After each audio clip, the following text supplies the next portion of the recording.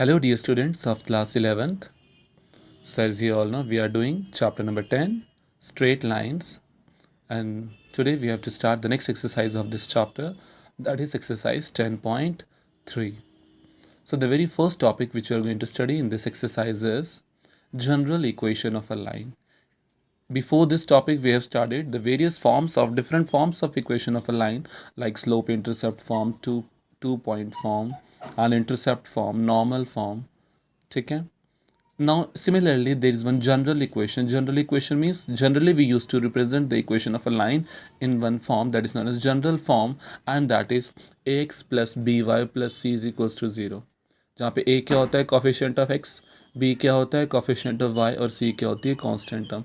किसी भी लाइन को रिप्रेजेंट करने के लिए जनरल फॉर्म है, जो आप लोगों ने छोटी क्लासेस में भी सीखा है. ठीक है, जैसे मान लीजिए आप लाइन की इक्वेशन है और आपने उसको ग्राफ में प्लॉट करना, तो इसी टाइप से इक्वेशन गिवन होती थी. मान लीजिए x plus y is equals to 2, या फिर x plus y minus 2 is equals to 0, इस टाइप से. ठीक है, सो इस टाइप से आपको इक्वेशन गिवन है, दैट इज जनरल इक्वेशन. और वहाँ से अगर आपको स्लोप फाइंड करना है तो स्लोप क्या होता है, is equals to minus a upon b. a क्या है x का कॉफिशिएंट और b क्या है y का coefficient. Okay, now the next topic is distance of a point from a line. एक लाइन से अगर आपको पॉइंट का डिस्टेंस निकालना है, अगर मान लीजिए उस लाइन की इक्वेशन आपको गिवन है ax plus B Y plus C is equals to 0, ये जनरल इक्वेशन है. और जो गिवन पॉइंट है वो है मान लीजिए x1 comma y1, not x comma y, x1 comma y1. या x1 कॉमा y1 से क्यों डिनोट किया गया, क्योंकि x कॉमा y जो है वो लाइन की इक्वेशन में भी आ रहा है. ठीक है, तो इसलिए हमने पॉइंट को किस चीज़ से डिनोट कर दिया, x1 कॉमा y1 से. तो अगर ये आपके पास कोऑर्डिनेट्स ऑफ अ पॉइंट हैं और ये आपके पास इक्वेशन ऑफ अ लाइन है, तो आपका डिस्टेंस क्या हो जाएगा, mod of ax1 plus by1 plus c whole upon under the root of a square plus b square. Mod किस लिए यूज़ किया गया, कि अगर मान लीजिए आपका डिस्टेंस नेगेटिव आ रहा है तो पॉजिटिव हो जाएगा. ठीक है, x1 y1 यहाँ पे क्या है, गिवन पॉइंट के coordinates. Next is distance between two parallel lines. So if the lines are given in general form, that is ax plus B Y plus c one is equals to 0 and ax plus B Y plus c two is equals to 0.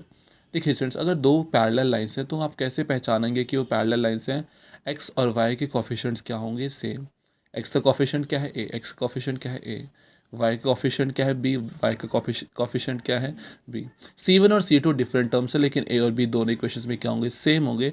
अगर वो same है तो आपको पता चलेगा कि वो दोनों लाइंस पे क्या है, पैरेलल लाइंस हैं. तो the distance between the two parallel lines is d is equals to mod of c1 minus c2 upon under the root of a square plus b square. ठीक है, मॉड इसलिए अगर distance negative में आता है c1 minus c2 तो वो positive हो जाएगा, because distance is always considered as positive value. Okay, now let us come to the exercise. So this is exercise 10.3. The very first question is, reduce the following equation in slope intercept form and find their respective slopes and the y-intercepts. एक आपको जैसे यहाँ पे हम लोग second part कर रहे हैं, 3 पार्ट्स हैं, we are doing second part. So the equation is 6x plus 3y minus 5 is equals to 0. This is equation in general form. This equation is given in general form and you have to reduce this equation in slope intercept form. Okay.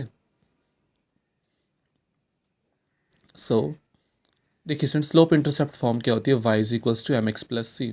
तो अगर आपको इस equation को y is equals to M x plus C की terms में represent करना है, तो लेफ्ट हैंड साइड में सिर्फ y की टर्म होनी चाहिए और बाकी सब टर्म्स राइट हैंड साइड में. तो क्या कीजिए, 6x माइनस 5 को राइट हैंड साइड ले जाइए, माइनस 6x प्लस 5 हो जाएगा.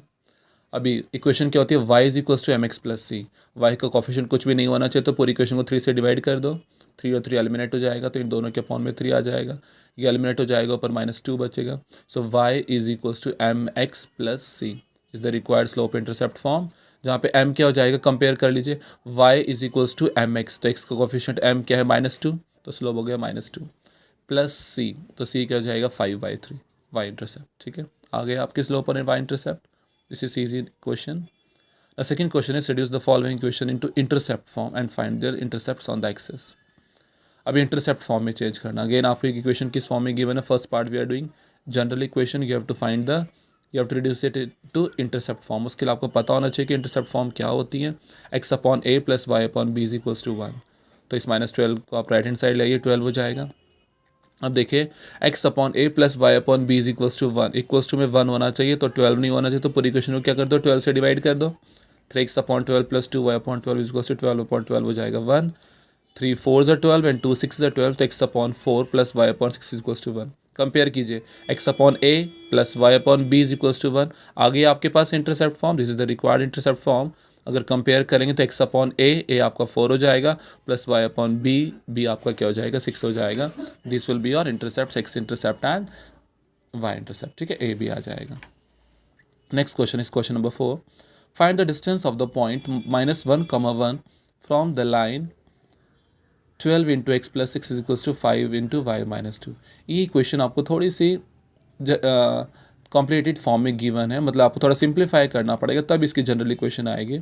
तो बस ब्रैकेट्स को मल्टीप्लाई कर दीजिए, थोड़ा सॉल्व कर दीजिए, ठीक है। तो जनरल इक्वेशन आ रही है 12x minus 5y plus 82 is equals to 0।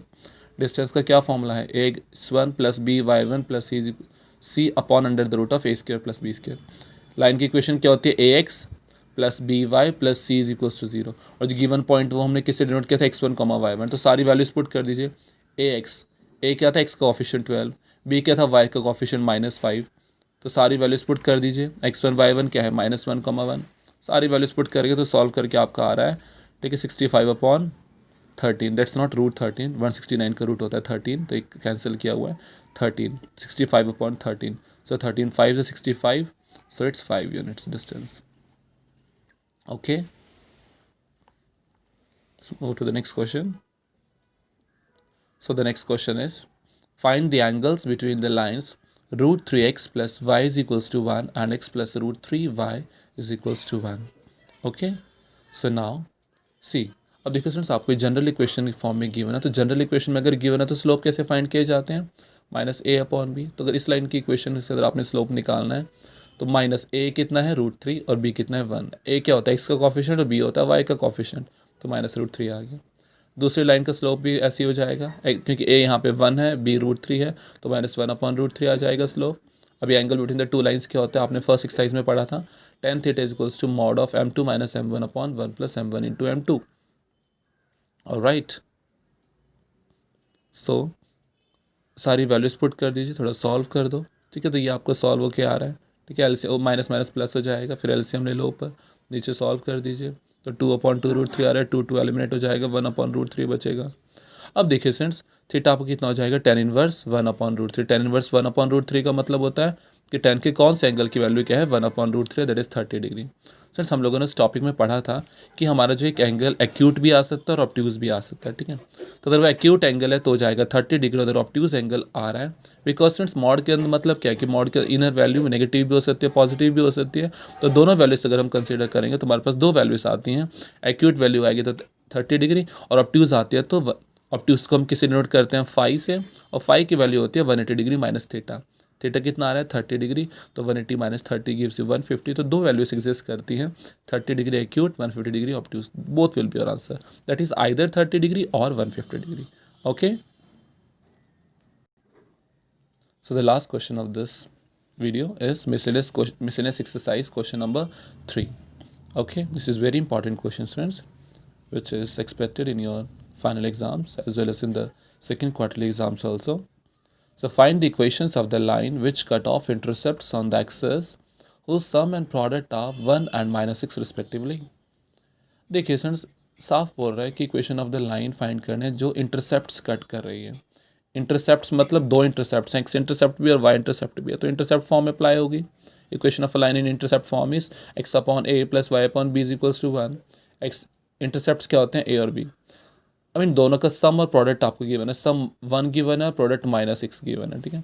तो सम 1 गिवन है तो A plus B is equals to 1, यहाँ से बी कितना हो जाएगा 1 माइनस ए, प्रोडक्ट गिवन है into B equals to -6, B की वैल्यू आपने फाइंड कर रखी है, पुट कर दीजिए, क्वालिटी इक्वेशन बन रही है, उसको सॉल्व कर दीजिए तो ए की दो वैल्यूज़ आ रही हैं, ए की दो वैल्यूज़ आ रही हैं, तो इसके हिसाब से बी की भी दो वैल्यूज़ आएंगी, क्योंकि ए की वैल्यू तो -2 है, तो -2 पुट करो यहाँ पे, तो बी की वैल्यू 3 आ रही है, और अगर आप ए की वैल्यू को 3 कंसिडर करेंगे तो बी कितना हो जाएगा -2। दोनों वैल्यूज़ को इस इक्वेशन नंबर 1 में आपको पुट करना पड़ेगा, ठीक है ना। इक्वेशन फाइंड करने के लिए सिर्फ ए और बी की वैल्यूज आपको चाहिए, तो ए और बी की वैल्यूज आपने फाइंड करने के बाद इसमें पुट कर दो, ठीक है। इसको सॉल्व कर दो, एलसीएम ले लो, तो इक्वेशन क्या आ रही है 3x minus 2y plus 6 equals to 0।